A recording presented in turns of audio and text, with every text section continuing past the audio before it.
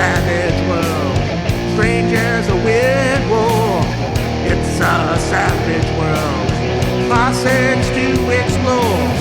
It's a savage world, in the land of the dead. It's a savage world, like whatever is in your head.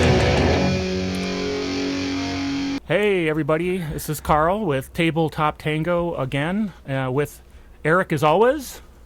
Hello. And today we have, I think, a fun multi-parter. I don't think we'll get through it all. Not a chance. No, definitely not. We're going to go over one of the coolest parts of the Savage Worlds game is edges. Gotta love edges. And we talked about this a little bit in our character creation video, but we pretty much just did like a really general overview and kind of called out a couple of our favorites. But this will be way more in depth. We'll really get into the nitty-gritty of all the edges. Bless you. Keep going, man. Excuse you. So yeah, we'll get in way more of the nitty-gritty of all these edges and what we think about them.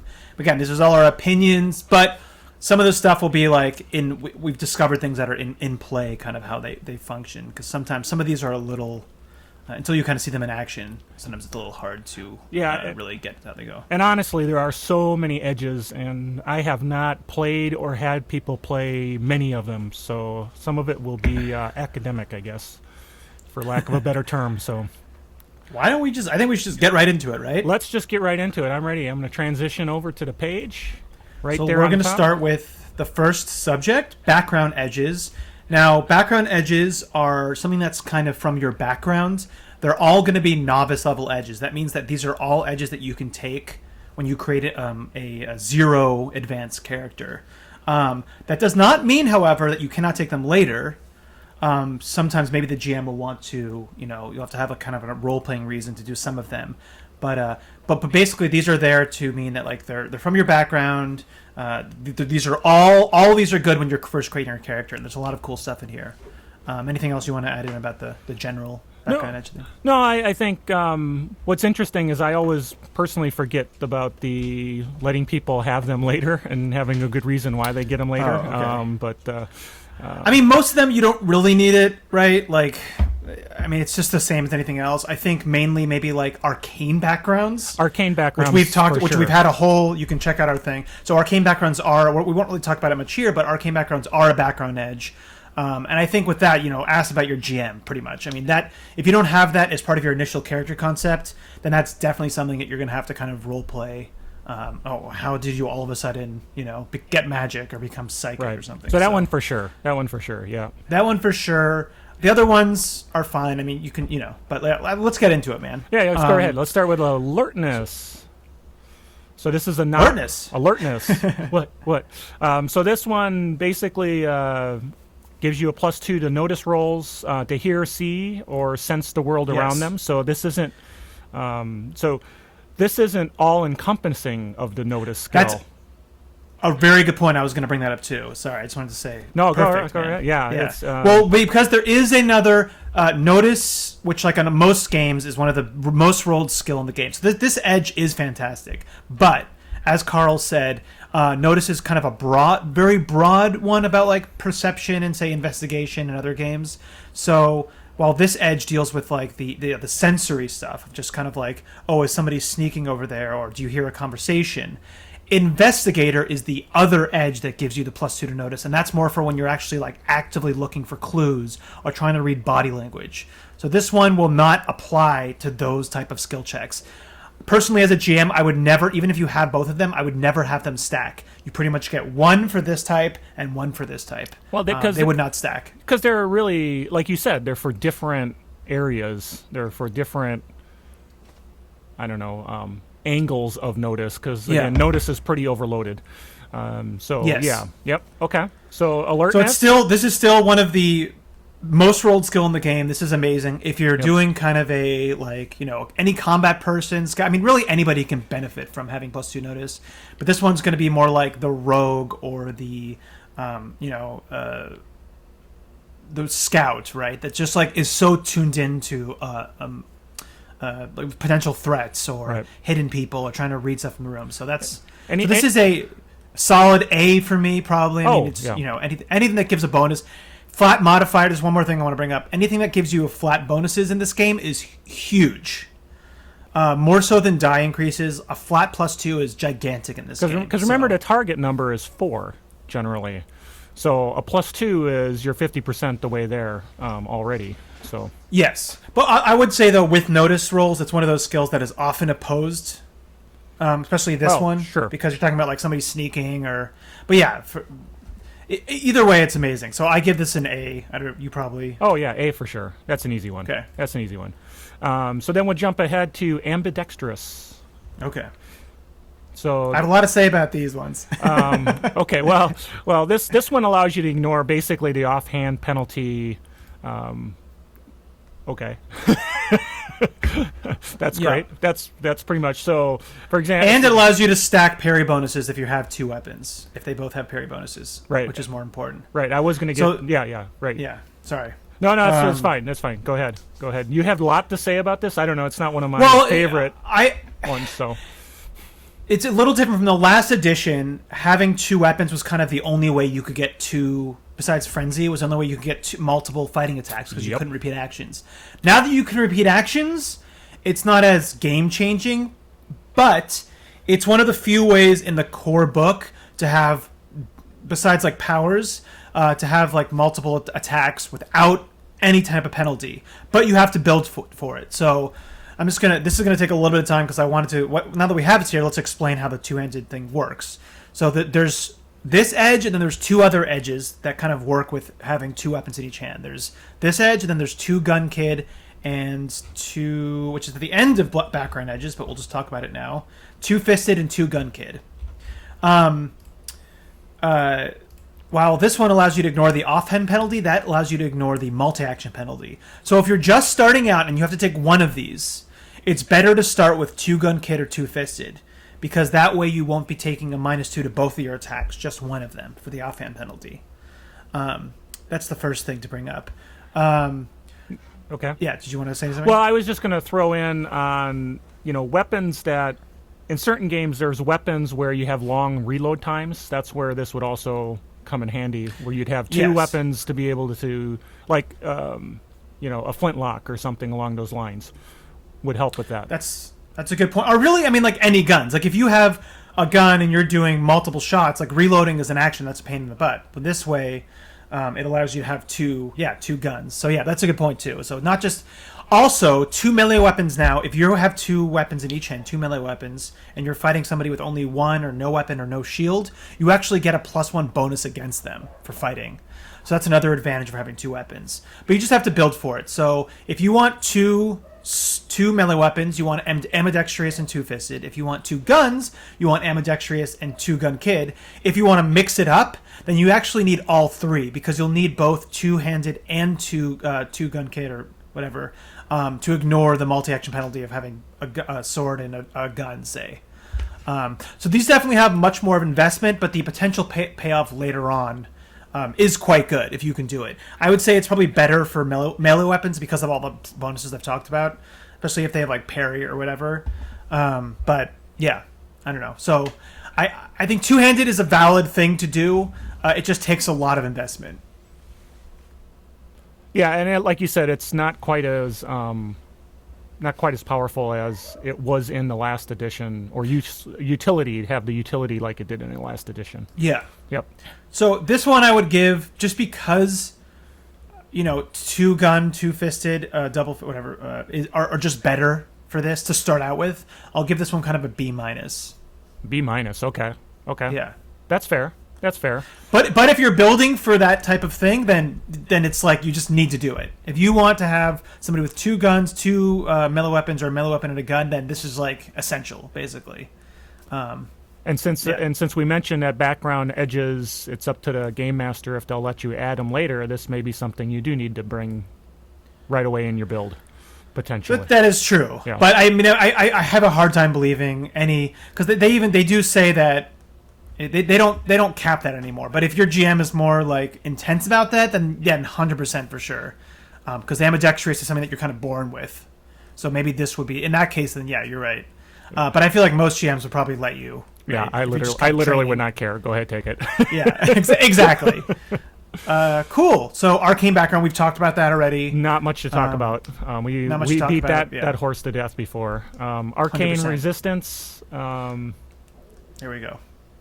You want to Arcane Resistance and improved Arcane Resistance. We might as well talk about both of them at the same time. Yeah, and so some of these also, a lot of these background edges might have those kind of high attribute requirements, which they don't really have much skill. They're mostly attribute requirements. Or actually, I think there's no skill ones. They're all pretty much attribute requirements. That's something also to know that, like Ambidextrous is a D8 agility, or Arcane Resistance is a D8 spirit.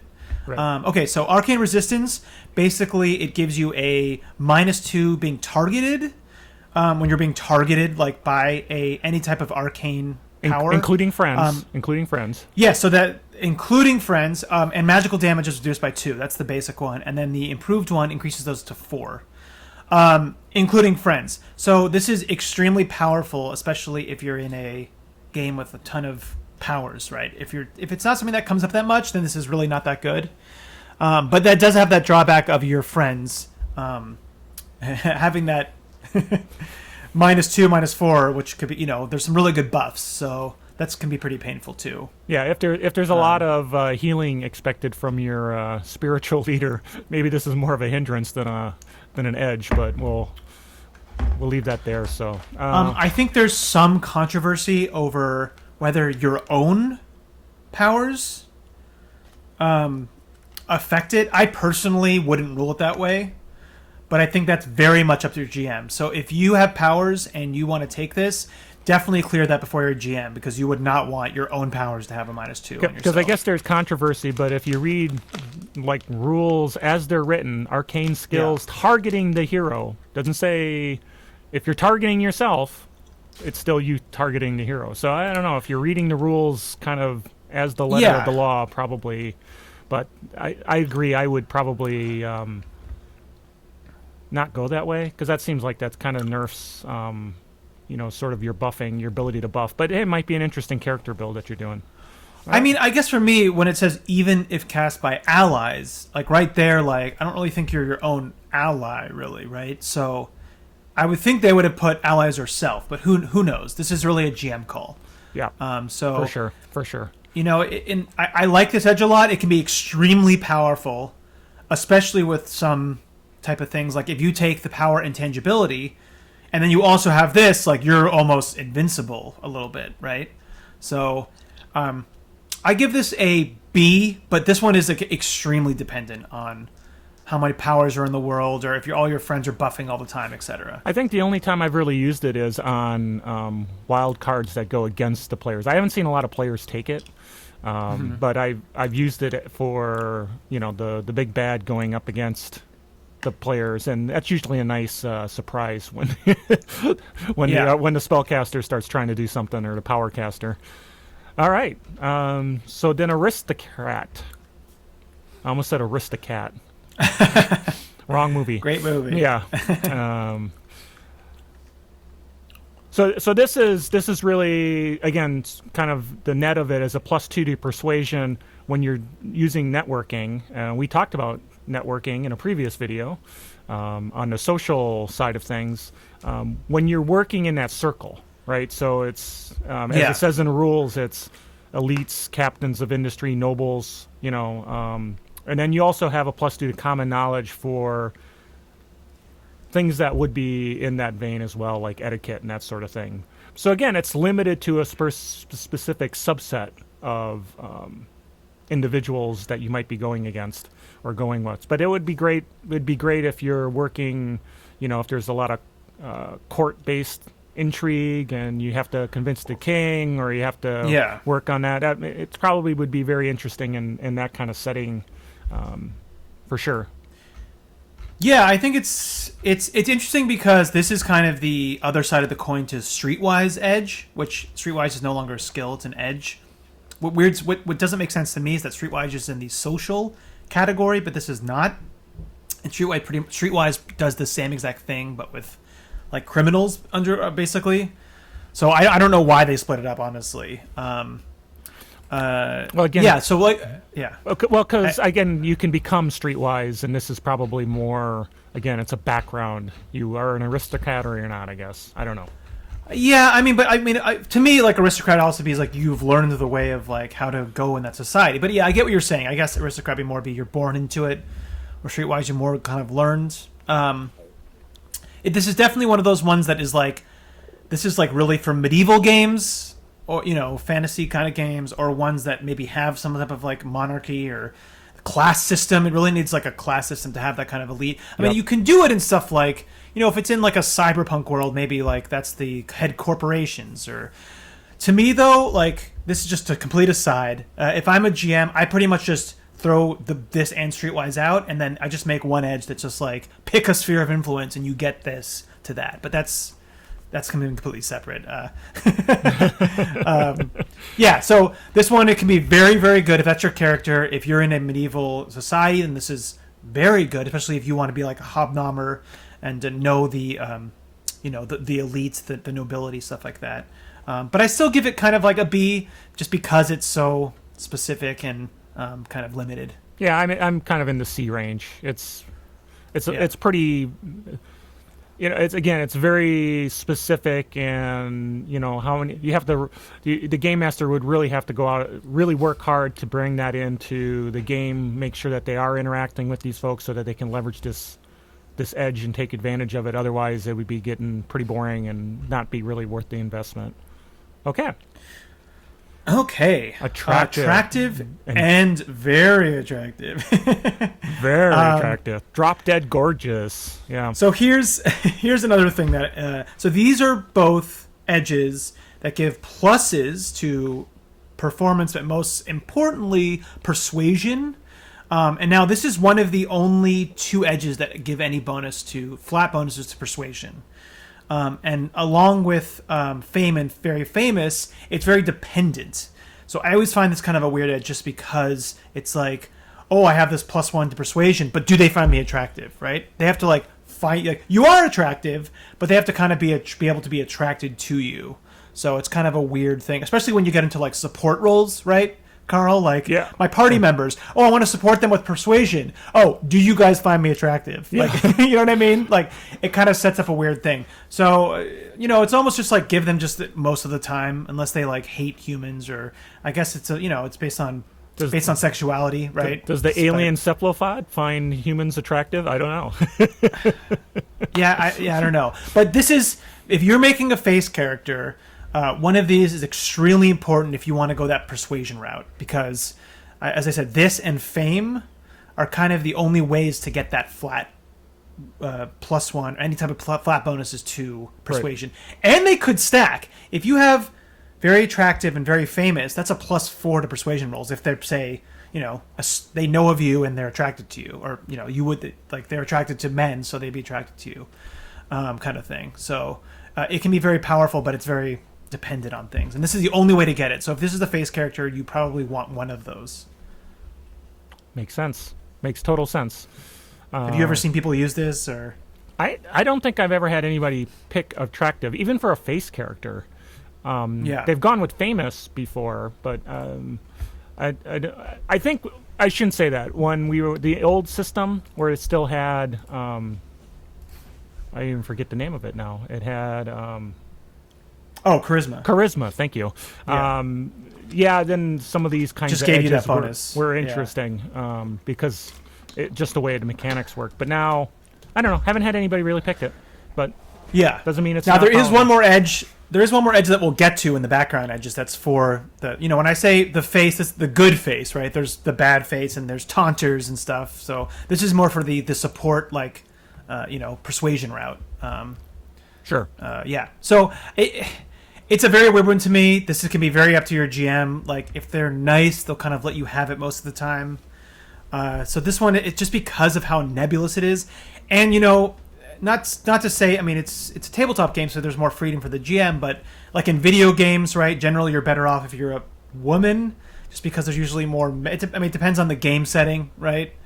But like, I'm just referring to video games I'd play it in, right? Where it's like Fallout or something, where it's just better Well, again, the GM, knowing that you've taken this edge, really needs to set up situations where this edge is useful and interesting, or actively push people away from it. So, in a space game where they're going to be very, if you don't run into a human, you're never going to be able to leverage this. Well, okay. That's true. You should make sure that they understand that, or make it so you do run into some smugglers where being attractive helps, change the course of the game. The GM really, again, and this is kind of an aside, but as a game master, knowing your players' edges sometimes is really important. I do a crap job of this sometimes, but for these kinds of edges, it's good to know that this is what the player picked, and that means that they want to take advantage of that as part of their, background character. I'm attractive, and I want to leverage that for bonuses. So play into that. For sure. Anyway. Yeah. All right. Good point. So you want to hit? Oh yeah. So I guess it kind of is a C+ to me. I guess just because of how nebulous it is. Yeah, it's a C. It's average. It's an average one. Okay. I don't hate it. Don't see it a lot. Then there's Berserk, an interesting. Boom. Little. You notice the requirements: novice. There's nothing else. You just need to be novice. You just need to be novice. Now they've changed this a lot from the previous edition. Basically, this is one where you kind of want to do. This is the barbarian. Basically, this is the barbarian rage. It does a couple different things. When you suffer a wound, or you're shaken, you have to roll smarts, or go berserk. Now, a good change that they made, that I think was almost like they had to make it, was that you can voluntarily choose to fail that. Because what's more annoying than taking this and then just making, even though you only have a D4 in smarts, you just keep making them, right? So sure. So what does it give you? It gives you an increase in your strength. But it forces you to do wild attacks. Well, that's not a problem. That's not a problem for you. You wild attack all the time. So, it depends. Wild attacks can be, you don't always want to leave yourself open, but you're kind of getting that increase in strength. Also,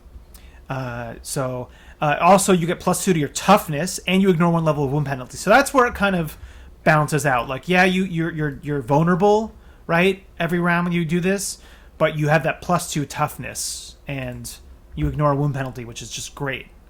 The problem is when you roll a crit fail, you probably hit your friend. Yeah, that's a problem. So, but it's a chance you take. It's got a lot of benefits.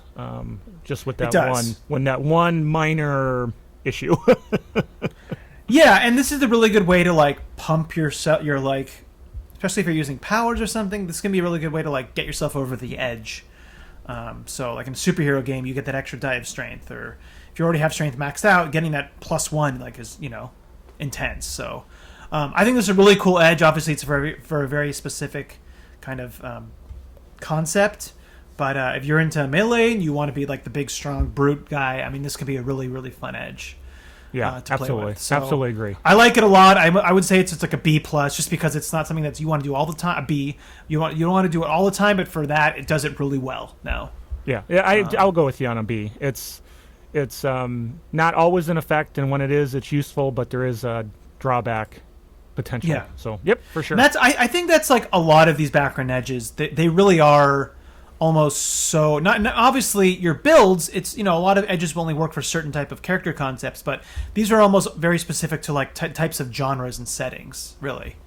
A lot of these, right? We've kind of been talking about that. It keeps coming up. So, and onto that, just what I was talking about is Brave, which basically just gives you a +2 to fear, and you are just, when you have to roll on the fear table, which is something that we never really talked about before, but basically the higher that you roll on the fear table, the worse it is. You just a -2 from that.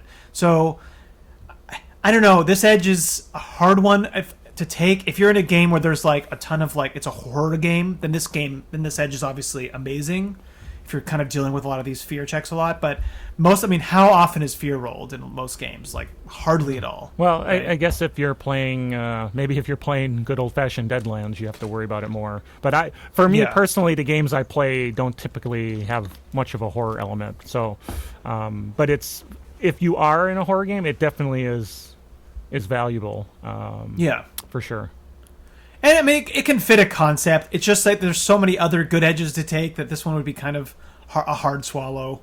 Unless you really just like, my character just does not get afraid of things, then yeah, absolutely take it. But I think this one to me is more of a C- almost, just because I hardly ever see fear being used in most games. But obviously a horror game, this becomes like almost an A, right? Yeah, it would be nice if this had a little more generality to it. No, I mean, yeah. It's very mechanical. +2 to fear checks, subtract 2 from the fear table. But there's a lot of games where it's like something creepy's happening. Are you afraid of something? Maybe this edge should just provide a benefit to some opposed roll where you're using your X against somebody who's trying to taunt you. So I don't know, something. But mechanically, it's really all about fear, and if your game doesn't do fear, C. Yep. Good old. Then next we'll hit Brawny. Yeah. Now here's a good one. Brawny. Now it's a little interesting. You need strength and vigor at a D6, but this is actually increases your size, which is not going to increase your strength, but it gives you a toughness +1, and you treat your strength as 1 die higher for encumbrance and minimum strength penalties. So this is a really, really good way if you say, even if, and it's a little tricky because you have to have that strength D6, but say you want some really big like ranged weapons, and you kind of just want to keep your strength at a D6, and there's machine guns at D8. This is a really good one, along with Soldier, which is a professional edge. We'll talk about that in probably another episode. Is a really good way to get those like better armor or better weapons without having a bigger strength. So if you don't want to spend one of your attribute points on strength, but be on a D6, this is a really good one to take. And +1 toughness, like just core game without powers. +1 toughness is really kind of hard to come by. I think that's the big benefit. That's the big win for this one. A lot of games people don't deal with encumbrance and kind of gloss over the minimum strength requirements and the penalties you get for that.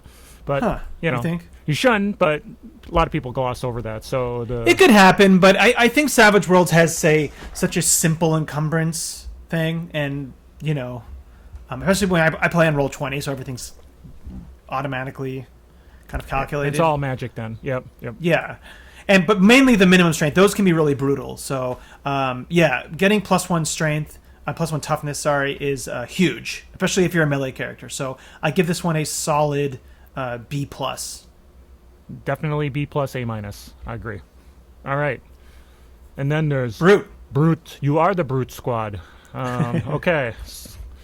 So this is another one that has 2 requirements, strength and vigor. Yeah. You focus on strength and fitness. Well, look at that. So Brute is an interesting one. It's one of the only ones that allows you to kind of switch the skill that's linked to an attribute that's linked to a skill. So this one is it's a little weird because it kind of has 2 things. One of them is if you're a strength-based character and you just don't want to invest that much in agility, you just want to be a big strong dude, but you also want to be like a good wrestler. Especially, actually, if you want to do a grappling character, this might be the really good one to take, because you actually, with this edge, you stop using agility for athletics. You actually use strength for athletics. So if you have a really high strength over agility and you want a good athletics, then this one almost becomes essential. And you can also resist with strength. Right. So again, if you just want a high strength, then this is really good. The second thing it does is it's one of the only ones that affects throwing weapons. Which I get why it's there, but yeah, if you want throwing weapons, this is also one of the only edges that does it, so you absolutely need this one. Right. So, I think it's a very particular character build where you're saying, I'm going to go after strength at the detriment of my agility. I mean, because if you're trying to keep those kind of at par because of all the...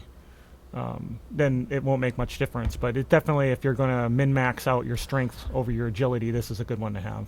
Yeah.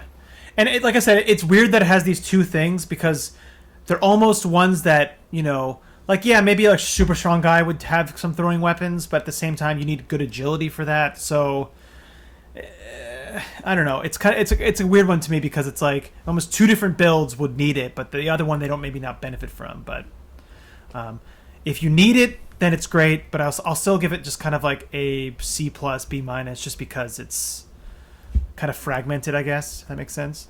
Yeah. Yep. And then we got next. Charismatic. All right, let me scroll down here. Now this one, we'll talk about fame in a second. We talked about attractive. This doesn't give you a flat bonus. It just gives you a reroll on persuasion rolls. Rerolls, we've talked about it before. They just anytime if you have a reroll ability, you get one free reroll, and it's like rolling a Benny, basically. Yeah, it's a free Benny for this on every time you roll. Right, yeah, right. So that's pretty valuable, even though you're not getting that bonus. It has its to save you from having to waste valuable resources with respect to your bennies. If you're a face character, is probably a good thing. So, yeah, and this one, because of the other ones are so situational, this one might be the better one just to take. Yes, because this is on all persuasion rolls. Just all persuasion rolls. It's going to work. The drawback to it versus a +1 or +2 is because whenever you're rolling, you just have that chance of a critical failure. It increases that chance. True. So that's kind of the drawback. So you probably want a good persuasion. If you just want to take a D6 persuasion, but you want to make it a little bit better, probably better to take attractive or fame. If you have, say, a D8 and above persuasion, then this one's probably better because you just have a lesser chance of getting that critical failure. Oh, interesting. I guess I didn't look at it that way. I just thought about how this one was much more broad applicability. But yeah, I guess there's always that chance for the critical fail. Good call. So I give this one an A. I mean, A- actually, just because it's so, like you said, it just applies to this role for everything. And persuasion is such a valuable skill for supporting and for talking to people. Right. So I'm going to give it an A for sure. All right, here we come. We've come, Carl. Hey, look at me. I got there's me playing a guitar. No, it's not. So then we have my favorite drum roll, and please. One of my favorites, Elan. I love Elan. So you got to invest a lot in spirit to get it, but Elan means whenever you do a Benny for a reroll of a trait, you add +2 to the total. That is money right there. I tell you. Yes. Being able to use that.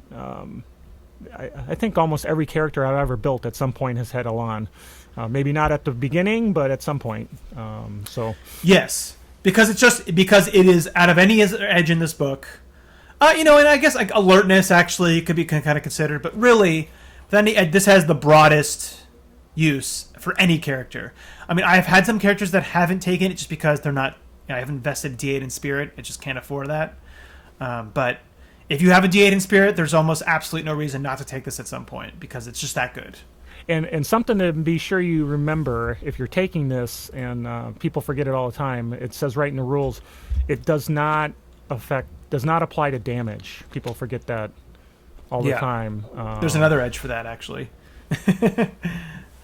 There's another edge that does that, and it doesn't apply to the initial soak roll. But when you spend a Benny to re-roll your soak roll, then it applies.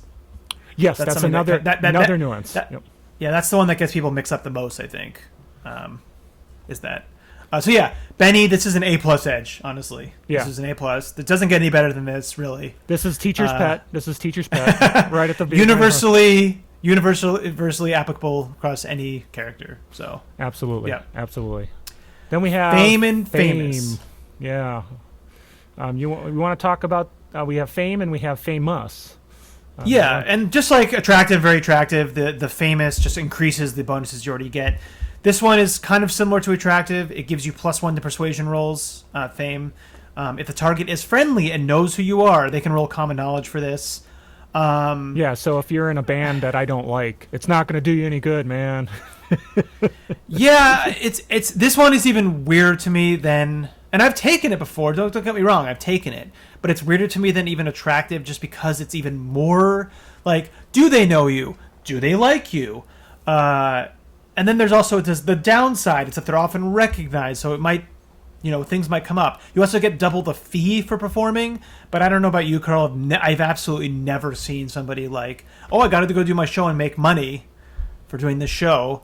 I mean, I guess it could apply like a cyberpunk game or something, I guess. But you're making so much money usually adventuring, right? Yeah, maybe this is good for bards. I don't know. Yeah, A bard would take this 100%, right? And like, if they're a music type of bard or whatever. And again, this can very much help with persuasion, with support rolls. That's the kind of bonus. I mean, obviously the people in your party know who you are. They know that you're famous. Which bugs me about it the most, I just got to say, is that it's not like you're really good at performing. It's like you're just popular for what you do. But it's not like you're really good at performing, right? Which I kind of don't like. I wish it was just that and just got a +1 on performance and persuasion or something. Well, you got to realize there's a lot of famous people who are awful at what they do. They just happen to be famous, so. But like, to your point, like if you're a bard, there's really no way to get that flat persuasion roll beyond attractive, and that's just weird to me. That like, right. Oh, I really want to be good at like playing music. You know, there's ones for notice, there's ones for all these other skills, but there's not one for performance. I just always thought that was weird. So this one's very iffy to me. This one's definitely talk to your GM again. I think this is even more circumstantial than attractive. So and it's very niche-y. I think it's very niche-y. Yeah. If it fits your concept, take it. But I give this one almost a C- just because it's the way it's constructed and everything. Yeah, I'm a good grader tonight. I'm just going to give it C. It's an average one. So all right, and then we got a fast healer, which is +2 to vigor rolls for natural healing. And you get to check every 3 days instead of 5. My dirty little secret as a GM is, boy, I don't keep good track of natural healing times.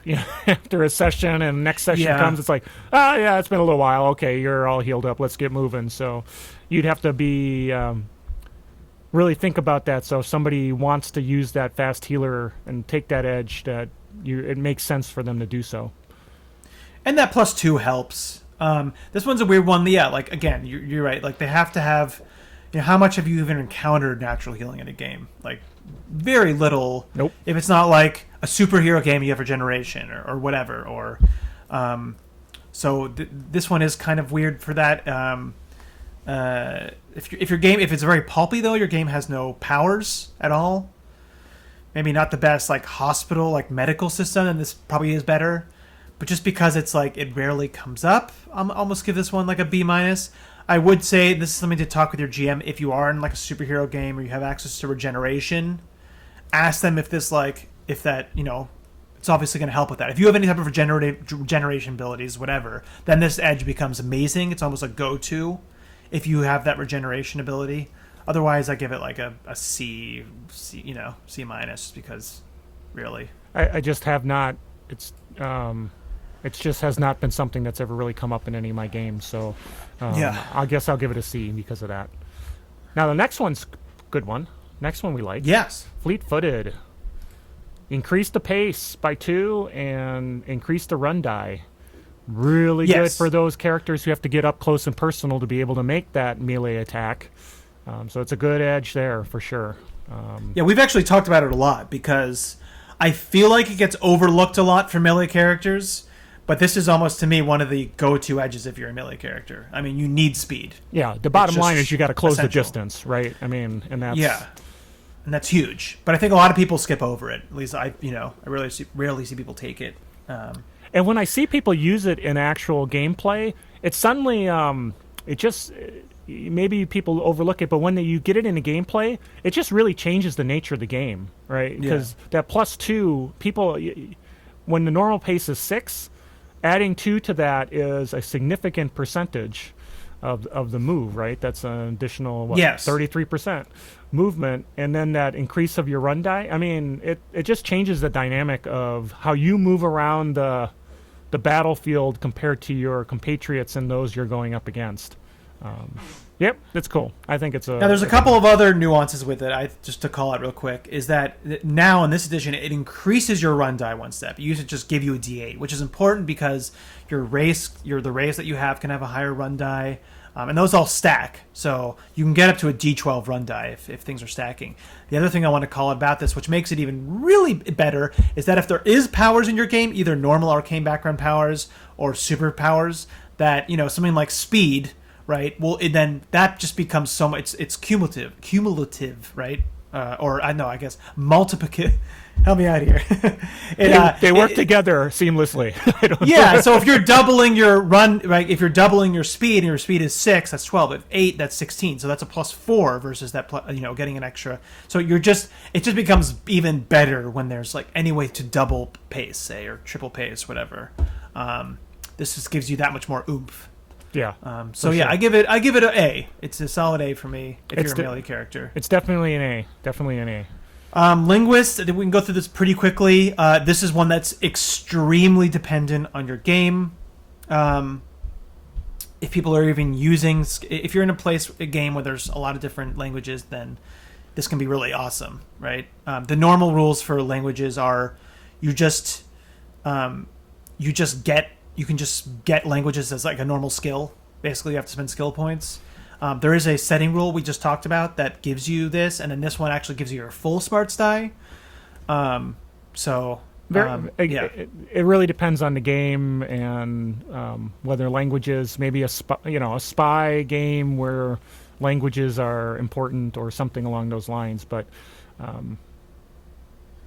niche-y. Very niche-y. Yeah, it's niche-y, and it doesn't always have to be, though. I just wanted to say one thing. It doesn't always have to be like, a game where there's tons of different languages. Like, say you just wanted a couple of languages, but like that's expensive to do, right? If you have a smarts of a D8, and you get 4 languages at a D6, I mean, that's 8 skill points. So if you do look at it from that way, you do get a lot of bang for your buck, especially if you have like, a D6, a D8 and above smart die. You need at least a D6. So for the cost of an edge, which is say like 2 points, right? You might be getting 6. You might be getting 8 skill points out of it. So you can't. It is good in that way. So I give this one actually like a B, just because of what it does. It does it really well.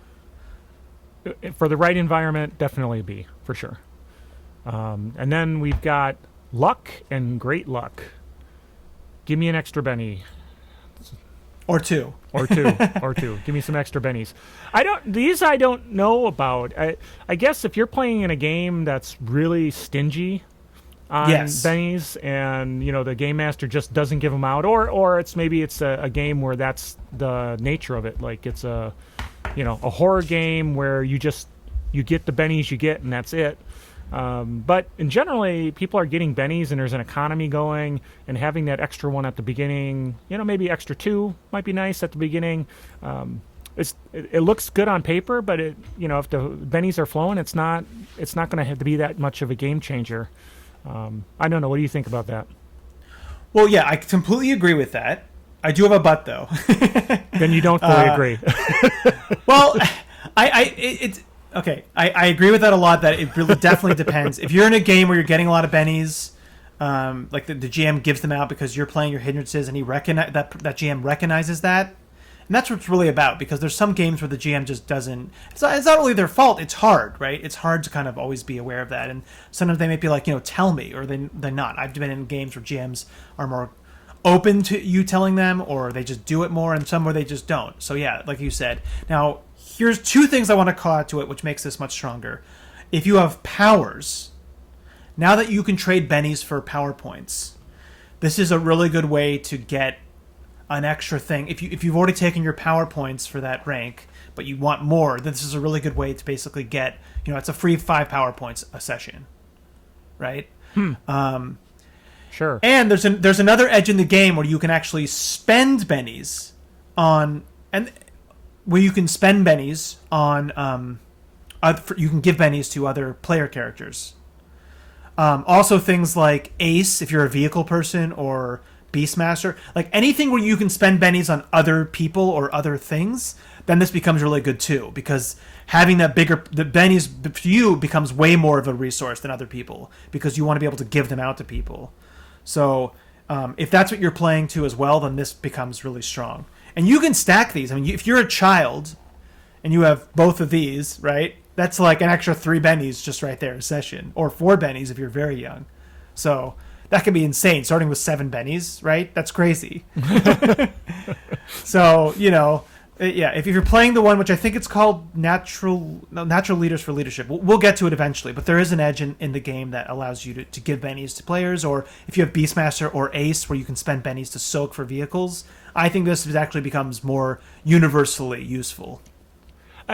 So I can see your point, but again, that it depends on bennies being a resource that's a little rarer than being given out a lot. And again, that, like you said, that's GM dependent. I mean, I tell my players, you guys tell me when you think, and nobody ever tells me, so I don't. I tell you. Well, you do, but everyone else just sort of lets it slide. So I wish people would do it more often. All right, another one of my favorites. So I'll give it a B. Give it a B. Okay, I always forget to grade them. Yes, B's a good one. Then comes the Quick, which is another one of my. I like this. I like this particular edge a lot. This lets you essentially draw again until you get a card higher than a 5 when you're talking about initiative. So 5 or below, draw again, keep drawing till it's higher than a 5. There's another one, Level-Headed, which is a little more powerful. We'll talk about that later. But Quick is a good edge as well. That agility of D8, that's pretty expensive to get there, but it's a pretty good edge for sure. Yeah, I think initiative edges are very, very good. I think they often get overlooked. As you said, there's like a group of initiative edges: Quick, Level-Headed, and there's also not Cautious. Cautious is the hindrance that also affects them. And there's another one that allows you to we'll talk about it when we get to it. But there's a group of them. This one is for the fighters. This one is for if you're a fighter, either a shooter or a melee person. This is the one for you. The other one, that the level-headed, is for more. It has a higher smarts, so it's more for those type of people. But if you're a melee person, you often will have a D8 agility, right? Or a shooter, especially if you're a shooter, you'll have a D8 agility. This one's another one that's a go-to one, because being able to go sooner than the other person consistently is that can make or break. You can get the shot off first, so it's huge. So this is another one of those ones that I think gets overlooked for combat people, because they want to take combat edges. But this one's almost just as important. Yeah. This is a really good edge. It interacts very interesting with level-headed. We'll talk about that when we get to level-headed. So I give this one a solid A. Solid A. This is an A edge for sure. For sure. Rich. And very filthy rich. And filthy rich. Boy, I don't know. This one's. They give you income and they give you more starting funds. Okay. All right, I'm laughing. Maybe you're probably going to tell me how this is such a valuable one, but I just don't see. It's great to say from a role-playing standpoint that the game master can work with you, and we right now we have a game, for example, we're playing now that Eric is in, and we have somebody who's got, I think, Rich, right? I think she just has Rich. Has Rich, and basically what it does is it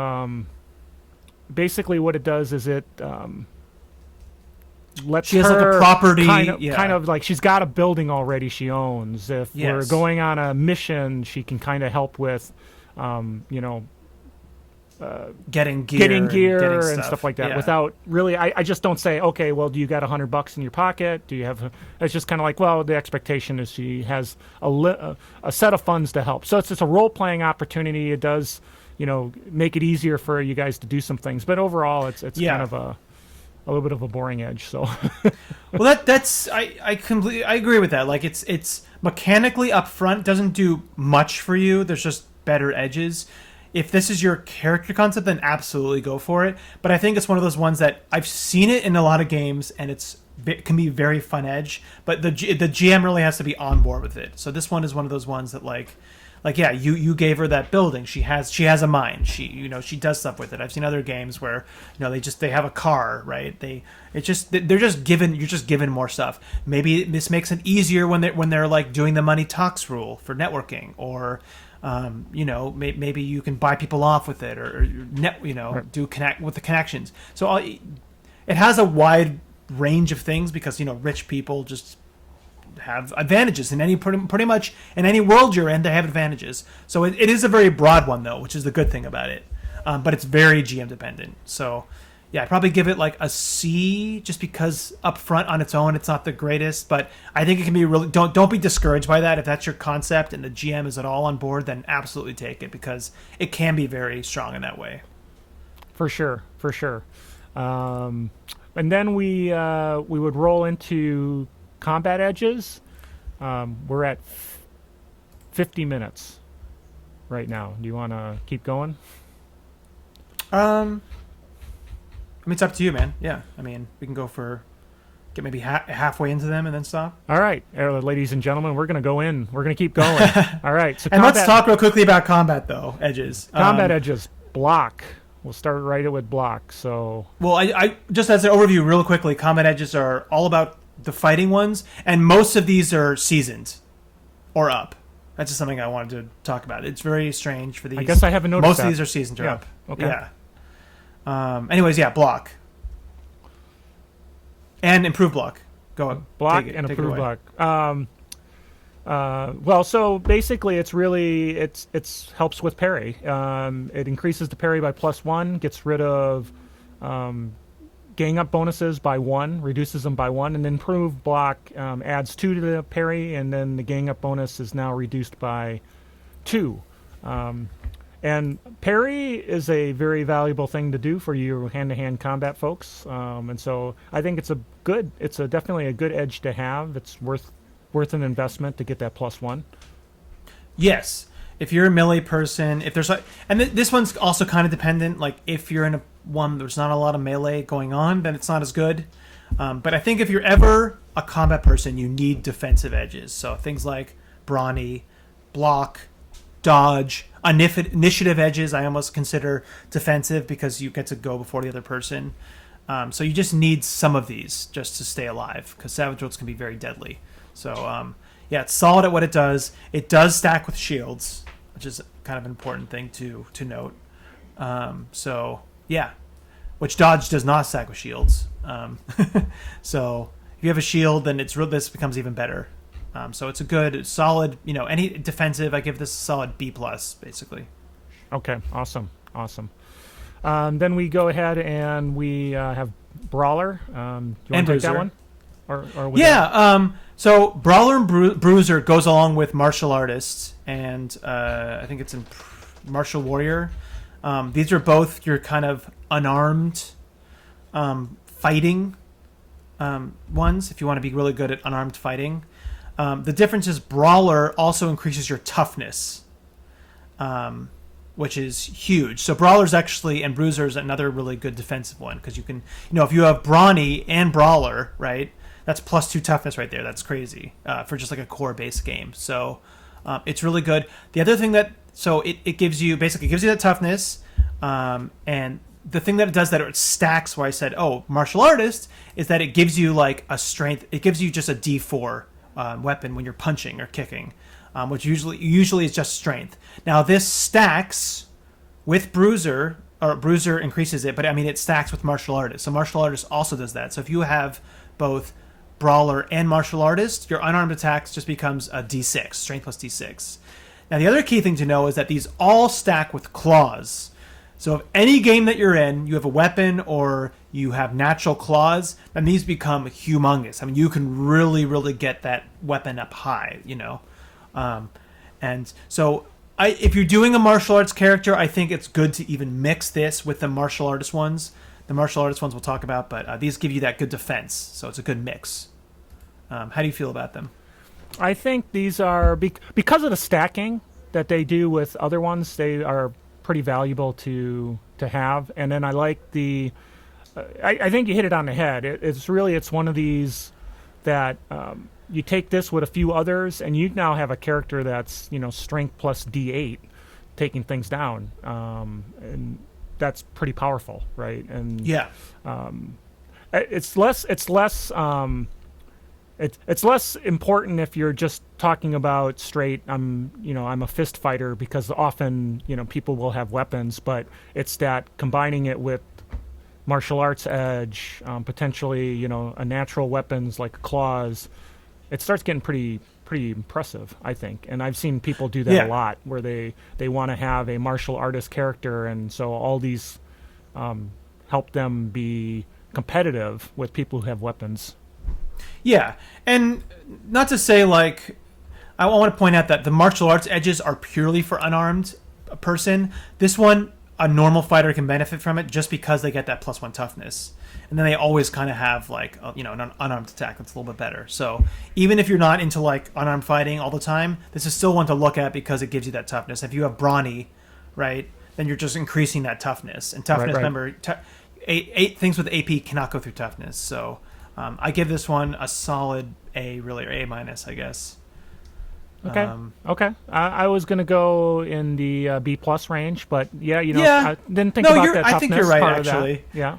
B+ maybe, just because. Let's move on to calculating. I love this edge. I take this a lot.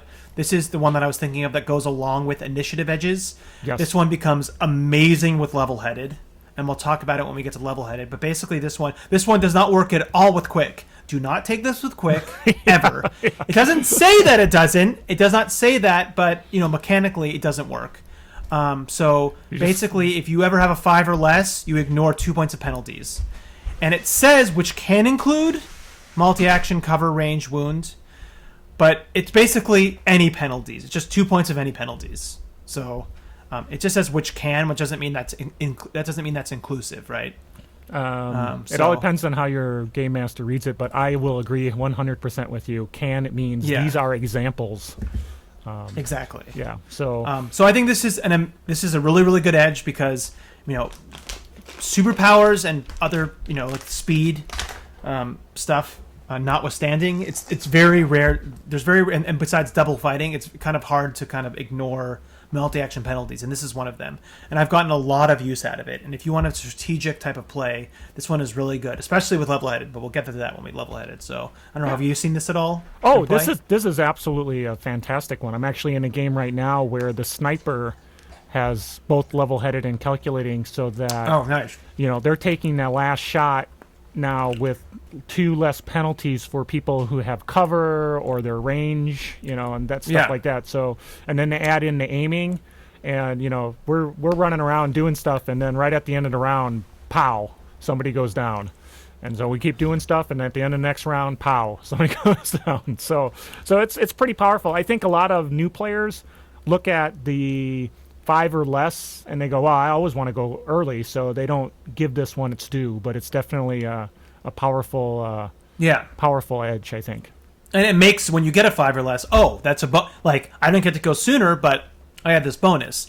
I definitely see this. It's almost like Elan because it's just so universally helpful. Although really, it's only in combat, right? So. Well, that's the one where it's not as good as Elan.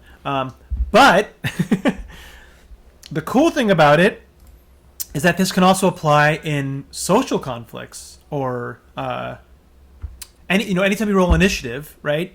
So also dramatic tasks. And say your GM gave you you have a -2, save from a club. Now I guess this can be up to the GM, but I see it, rules as written. It doesn't talk about only in combat. It just says whenever you roll initiative, you're a 5 or less, you can ignore 2 points of penalties. That can very much include. It specifically says clubs. Action card is 5 or less. So anytime there's an action card involved, it can be 5 or less, and you get rid of that penalty. So even dramatic tasks, Yep. Or chases. So I give this one a chases. solid. This is an A edge to me, just because of how universally useful it is. Yeah, definitely, it's a great edge. I'm going to give it an A for sure. I like this edge. Cool. Combat reflexes. So this is essentially you can get a +2 for your attempt to recover from shaken or stunned. So that's great. +2 from shaken roll. That's not too shabby. That's a good thing. Yes, and stunned is really where because stunned is insanely brutal. It's very hard to get out of. So yeah. Stunned is rough in this game. This one's hard. There's no really requirements, just seasoned. As I said, most of all of the combat edges, except for calculating. Like there's very few that are novice, which is interesting. Extraction, but this one I don't know. Like I really don't see people take it that. Like hardly ever see people take it. just because there's so many other good edges. Yeah, I I guess don't if know. you have a free edge. I don't know if this would be at the top of the list by any means, for sure. No. I mean, it's got value to it, but I guess one of the things that comes to it, set aside the stun for a moment, but if you think about shaken, since you can always throw Benny to get out of the shaken state, I guess people don't look at it as valuable as obviously other things that you could do in the A+ category, for sure. Yeah, and I think this is almost better for somebody who's not a fighter, because like if you're a fighter and you want to take a bunch of, okay, well this is kind of defensive. Like you're kind of better off taking, dodge, block, bruiser, like quick, whatever, like all these things that help you not get hit in the first place. And you have the attributes to do that. But if you're, say, like a phase character and you get shaken a lot because you don't have good armor, then this actually might be better for you. I guess you're the bookworm with combat reflexes. Yeah, there you go. I mean, also if you are a fighter and your spirit's a D4, right, which is hard, so it's harder to get out of shaken, then yeah, this also helps with that. I believe stunned is vigor. But I could be wrong. But yeah, so I give this one a C+. Really, it's good, but it's just that like there's so many other edges to take that it's just kind of not almost worth it a lot of time. And that's where it falls in the C. It's average because there's some of the kids at the top of the class that you'd want to hang out with first, for sure. Yes. Okay. Cool. Awesome. Counterattack, improved counterattack. These ones are cool. These ones basically, when anybody misses you, a failed fighting attack, then you can take an attack. Now, it's a free attack. If you ever look at free attacks can't be combined with any other edge or anything. So it's just kind of like base fighting. So, I mean, I don't know. This one's cool, but I kind of compare this to First Strike, and I like First Strike much more. Well, yeah. First strike is they don't even get a chance to take that whack at you. You're hitting them first. Counterattack is useful only if you have a very high parry. Yeah. Yeah. So yeah, it's okay. Like it's cool, but it's okay. I think if you're, again, there's so many combat edges to take. If you're a combat person, there's just so many to take. That this I kind of directly compare this to First Strike. Personally, I think First Strike is just a better one that we will come into play more. Yeah, First Strike is better. I'll say it outright. First Strike is better. Yeah. So. The only thing, yeah, and they the improved versions do the same thing. It goes from 1 to 3, so they both give you free attacks. You can combine them, right? But often that if you're going to take kind of one of these reactionary edges, yeah, First Strike. So I give this one like a B-, C+, just because of First Strike. Got it. All right. Good. I will give it Deadshot. a B for sure. Okay. Oh, okay. Deadshot. Now there's a couple of edges like this. We've talked about the power. Now we already broke down power edges, so we probably won't go through that in a later episode. But Deadshot is similar to one that's in the power edges, where if your action card's a Joker, you double the damage on your first attack. I really don't like this because relying on a Joker, a Joker sucks. I think where this can become good, and really the power edge one is better if you're doing this. But if you are, taking all of the initiative edges, you have improved level-headed, you have quick, somebody else has level-headed, right? So there's just constant card draws, then this maybe becomes better. But even if it's like you get a Joker and then, I don't know. So I don't like it. It's not. I totally agree. It's. I was going to say it depends on too much on a very. Probability is relatively, I'll say, low. That you're going to get a Joker on any particular round that you need this to be able to do. And then you also have to hit, right? So you have to hit on the round, you got a Joker, and then your damage of your first successful athletics or shooting. Not even all of them, just the first. I don't know. Just the first, yeah. No, I don't like it at all. I give it a D. This is my first D of all the edges. I guess if you run out of edges, you got nothing else to do, maybe, but it's a novice, so it's not even all that valuable. So, yep. All right, let's talk right, about. We talked about the melee side of it, or the melee side of it. Yeah. Now let's talk about dodge And improved dodge. and improved dodge. Dodge is very good. It's one of the couple of defensive edges we've talked about. It gives a -2 against any range attack. The thing that you have to note is that it does not stack with cover. So it won't stack with cover when you're like hiding behind something. It also does not stack with shields because shields are considered cover. So, if you're a melee person, you don't have 2 weapons, just carry a shield. I mean, they can't shoot through it. That's the disadvantage with shields. But, you have a shield. If you're not, if you want 2 weapons or something else, then this becomes better. But it's kind of a hard... I like it, but if I think about it more, if shields are a thing, just get a shield.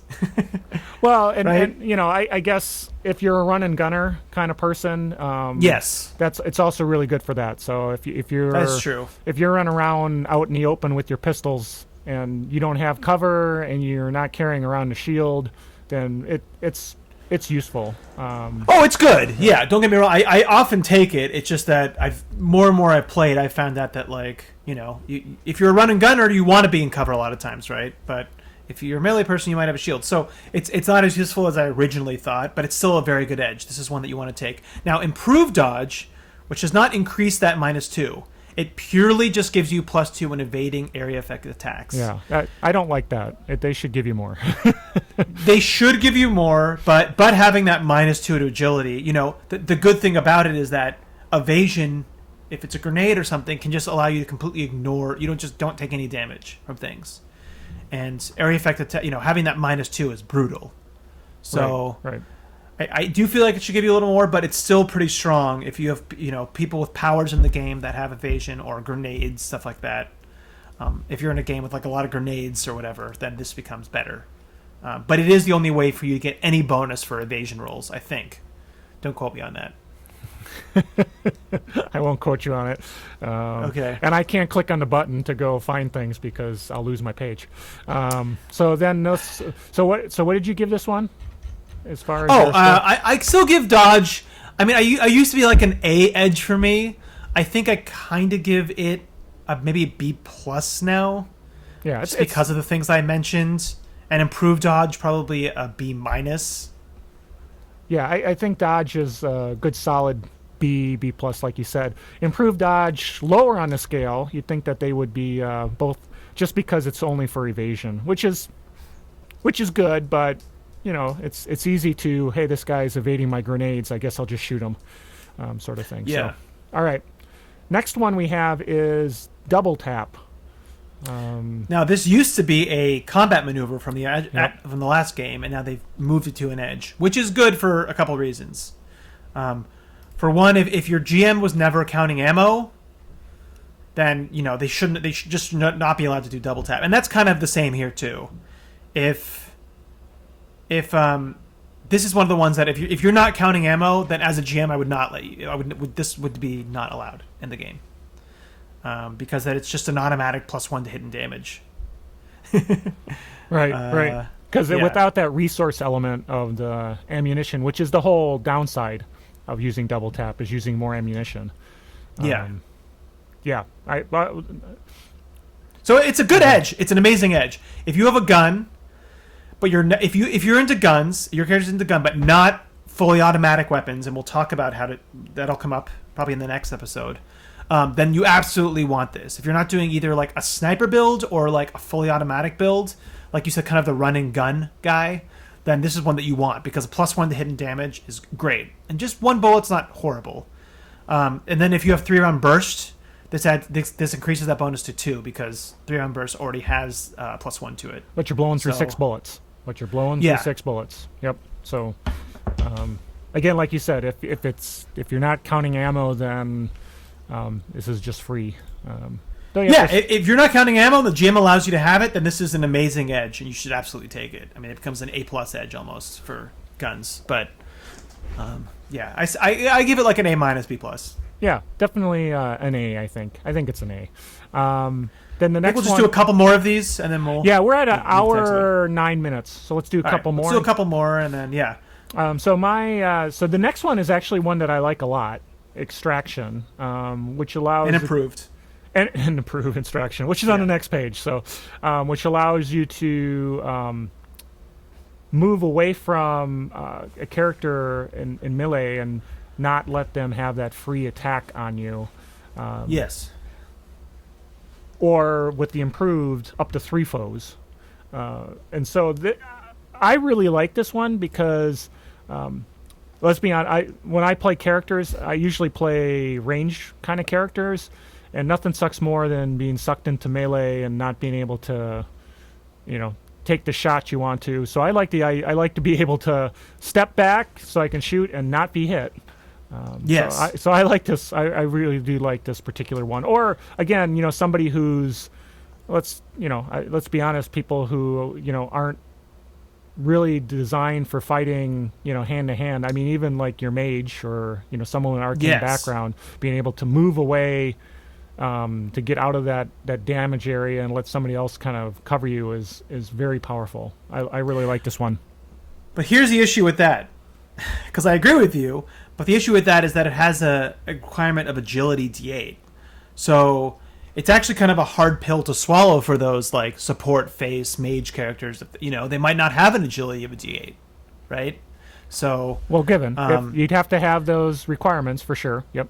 So yeah, I think as you said, the best use of this is probably for a shooter character. A melee person, you probably don't need to take this. There's just take block instead. Like you want to be fighting the people, so you don't really need to get away that much. And you can always defend if you need to get away those rare times. That's the thing you can always do. And if you're a melee person, you probably have good parry. So yeah, this is almost, I see this one almost purely for that shooter character, somebody who is a combat person who has a high agility, but does not want to get caught in melee at all. For those support characters, if you can get your agility up to a D8, then this can be really good, but that's often hard. So the requirements make it a little tricky. So I'll give this for a shooter, this is a minus edge. But for other people, just because of that agility, it's just a harder one to get. Okay, so I'm going to give it an A, setting aside the requirements. So given that you have those requirements, I'm going to give this one an A for sure. Okay, so let's do Feint and call it a night then. Okay, cool. So Feint is a interesting one. You want to? Yes. Feint is actually okay. Yeah. So Feint is when you're doing a test with the fighting skill, so you're just like, I want to do the fighting to apply distracted or vulnerable. You can choose. Usually when you do a test, it's the attribute that's linked to the skill is the defense. So what I mean by that is. Fighting is linked to agility, that if you were to do a test with fighting, that the person who you're doing the test against has to use agility. When you have this edge, that you can choose to make them use smarts, which can be really good, especially if you're testing another fighter character, because they might not have good smarts, but they might have good agility. So, hey, that's a stereotype. Not all fighters are dumb. Well, but yeah. So this actually can be a really fun edge. It's a little I really there's some edges that were from some other official settings and that are in Rifts, Dirty Fighter and Tricky Fighter, which then this makes this much better because that allows you to do feint tests and fighting without taking those multi-action penalties. The problem with this is that you're always going to be taking, if you want to do a fighting in the same round, you always want to do a multi-action penalty. So just because of that, this makes it really, really hard. Because it's like, if you're using fighting, I mean, it's still good to have because, if there's something really powerful, it's just not as good without those other edges that I've talked about. So, I don't know. It's a fun one to have, but I still give it like a B minus just because it's like, well, you're doing a test, but, I'm also a melee fighter, obviously, right? Right. Because you have good fighting because you're doing the test using fighting, so... Just do the fighting. Yeah, that's why this is a weird one. I don't know if I'd ever actually take this one if I was a fighting character, but so I'm kind of in the I call it a C range personally for it. But but there is cool combinations you can do if you are doing stuff like calculating, right? If you have some way to get rid of the initial -2 on your test, or you can re-roll tests. Something if you have stuff like that. then it becomes a little bit better, because then, if you make somebody vulnerable, then your fighting attack is just going to be a straight fighting attack, right? You're not taking that penalty. But then everybody else is getting that +2 against them. So it really has to be combined with other edges to make it good, I think. Well, I agree. But given it on its own merit, I'm going to give it a yes. 6. So okay, yeah. All right. Cool. Well, we got through almost. We didn't get very far in an hour and 15 minutes. So there's a lot of edges. But I think what was nice is we had a chance to sort of give our impression of them and how they might be able to be used, and that was the whole goal of this. And so we'll do some additional ones on. At this rate, it'll be like a 4-parter, but we'll see how far it goes. Well, we don't have to do power edges, so that's good point. Good point. We'll save ourselves some trouble there. So hopefully this was valuable, because I think it was even valuable just to hear, sort of bouncing back and forth our thoughts on what's useful and what's not, and how they might stack with other ones, even though we haven't gotten to those yet. So great work there, Eric. Nice job. Pretty exciting. So we will give you some more edges coming up in a future episode. For now, though, this is Carl and Eric with Tabletop Tango. Why don't you call us out? Happy gaming! It's a savage world. Strangers are weird war. It's a savage world. Classics to explore. It's a savage world.